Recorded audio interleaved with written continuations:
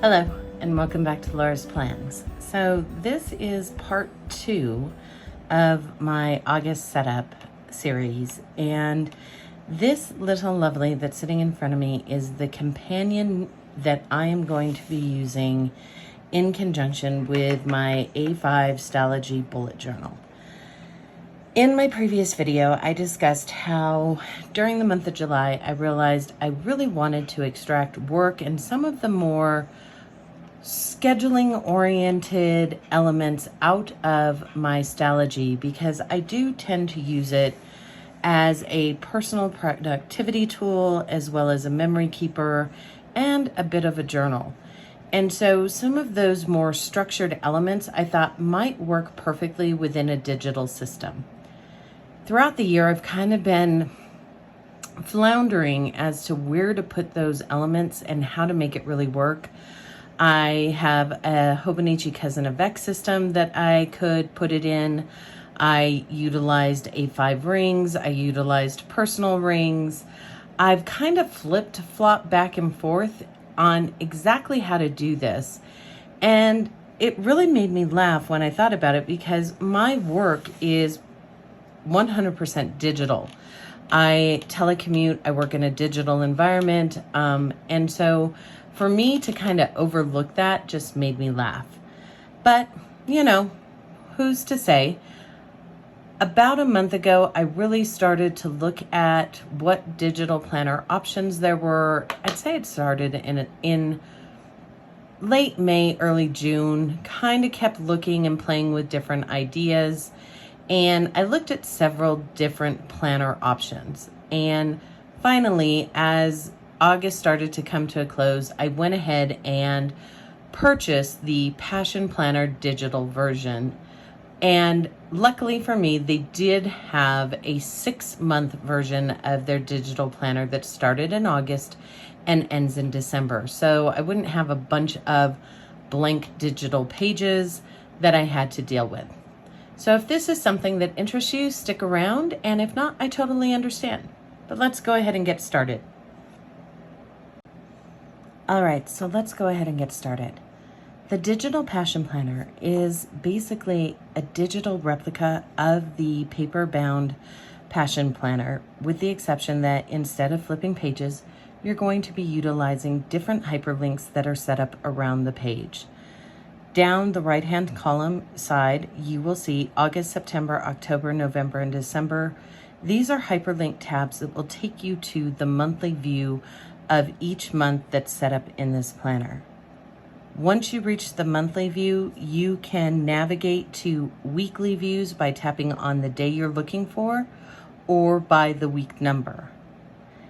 Once you're here in the weekly view, you can see that the weekly is set up in a timed vertical, very similar to the Hobonichi Cousin, to many planners out there, the Wonderland 222, and it's a fairly common system.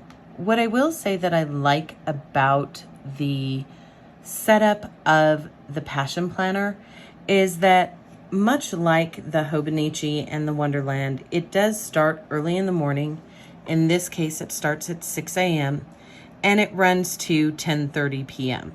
Now, if you're a person who works maybe a night shift or works different hours, that may be something that you cover up and put in differently, or you can just convert the times, maybe start with this is midnight and this is 9:30 a.m. versus it being noon and 9:30 p.m. I think there is a level of versatility to it.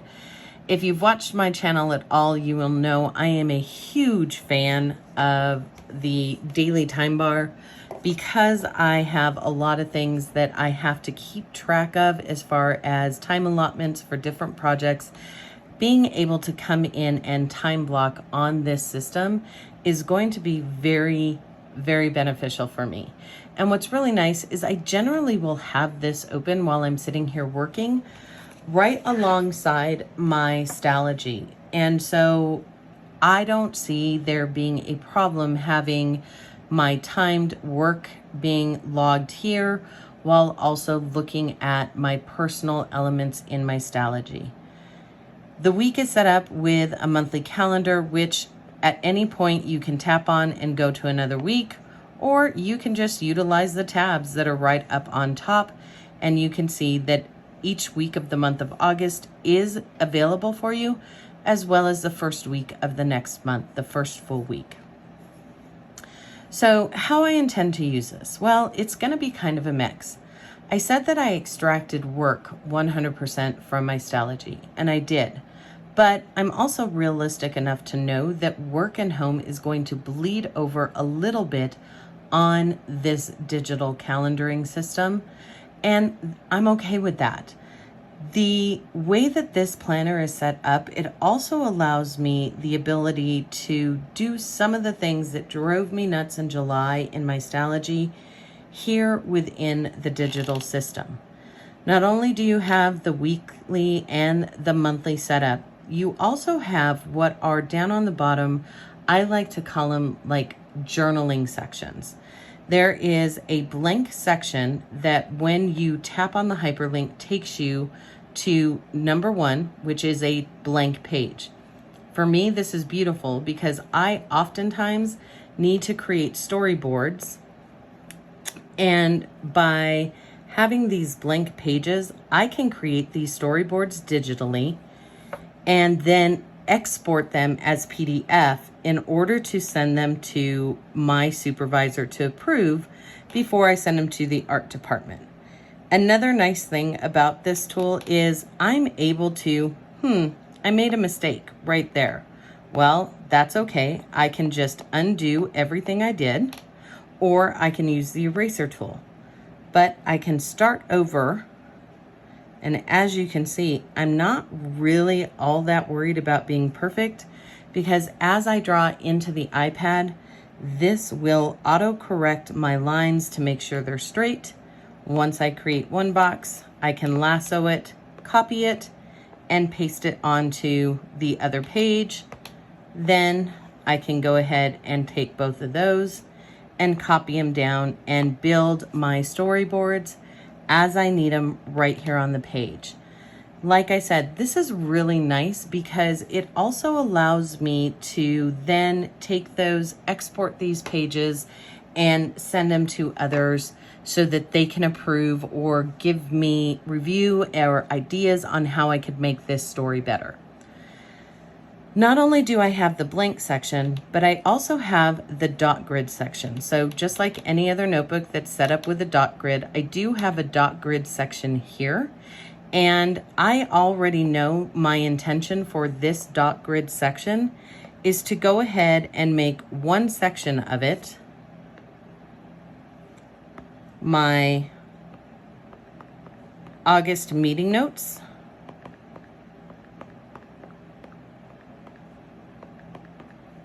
And then the second section is actually going to become my August log.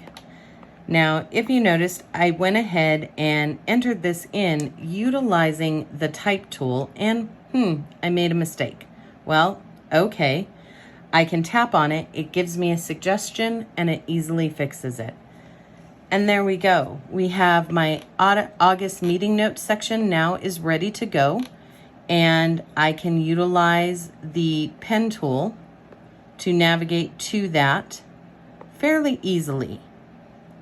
I also have a grid section, which is grid paper just like you would think, and I'm not really quite sure how I'm going to use this. Actually, I am. These are going to be those very tedious to-do lists that had gotten very muddled in my A5 Stalogy last month. That's where these project-based to-do lists are going to reside. And the beautiful thing is I can go ahead and enter those in project by project, and they have a space. Now, you might say, well, but you only have one page.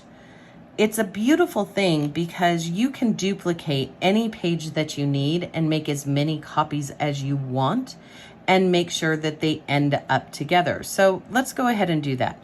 We're going to go to page 1. You can tell I'm on page 1 because the number 1 tab. if I go here to look at the tiles of the pages or the thumbnails, I can select to duplicate this page. And we're going to duplicate it 4 times. Now, I'm going to navigate back to that index page, and I'm going to go ahead and create a title on here. And we're going to say August projects, which I know the names of them, but we don't need to share that right now. So section 1 is going to be August projects, and I'll make that nice and big so that you can see that's indeed what it is. Now I go back to be able to navigate, and I've opened that up. If you keep an eye up here, you'll notice I have 1, 2, this was the original, this was the duplication, so that's the second page, the third page under number 1, the fourth page under number 1, and then when I flip again, I've now moved to section 2. So you would worry that maybe you're going to break the hyperlink by adding or duplicating those pages in. The beauty is you're not. When I go to 2, it is hyperlinked to the correct page. And now I just scroll through, and I would scroll through all 16 of those indexed areas. So I know that I'm not going to run out of room, and being a person like myself who is horrible with washi tape or, adhesive tapes or tipping things in, this makes it really easy for me to add things in. Another element that is kind of fun is truthfully the fact that there are digital sticker books out there that you can use to gussy up, I guess, your planner in any way that you want to. Let's go ahead, and I'm going to grab, if I don't stop turning off my pencil, I'm going to grab this sticker and come over here, and I'm going to navigate back to August, but I think I'm going to go to, I'm going to go over here. And I don't generally work on the weekends because, well, sometimes I do, but most of the time I don't.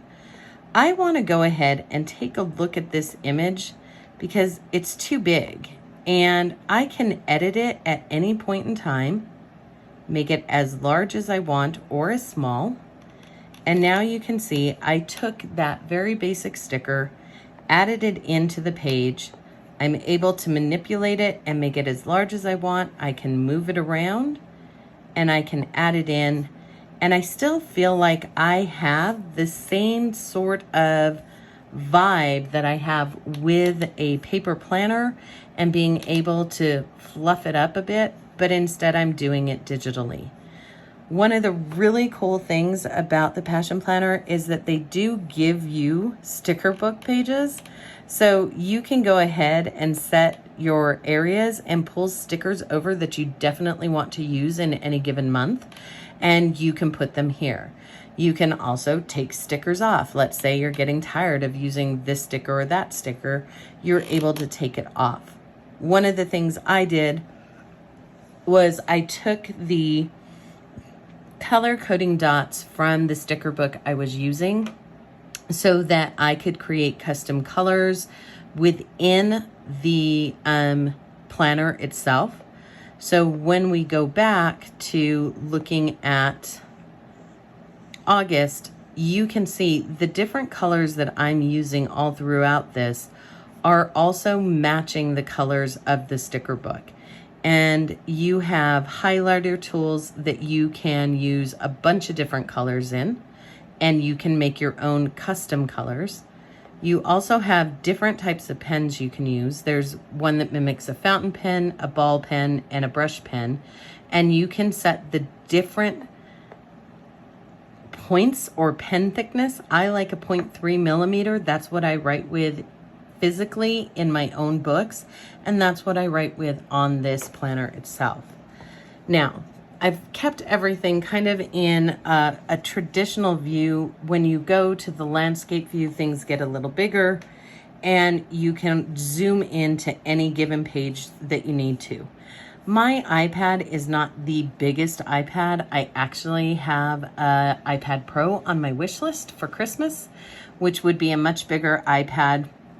And if that does come to fruition, I will be a very happy girl, because not only do I utilize this, or not only am I going to be utilizing this for planning purposes, there are different programs that I use here to create some of the graphics and imagery I need for my career.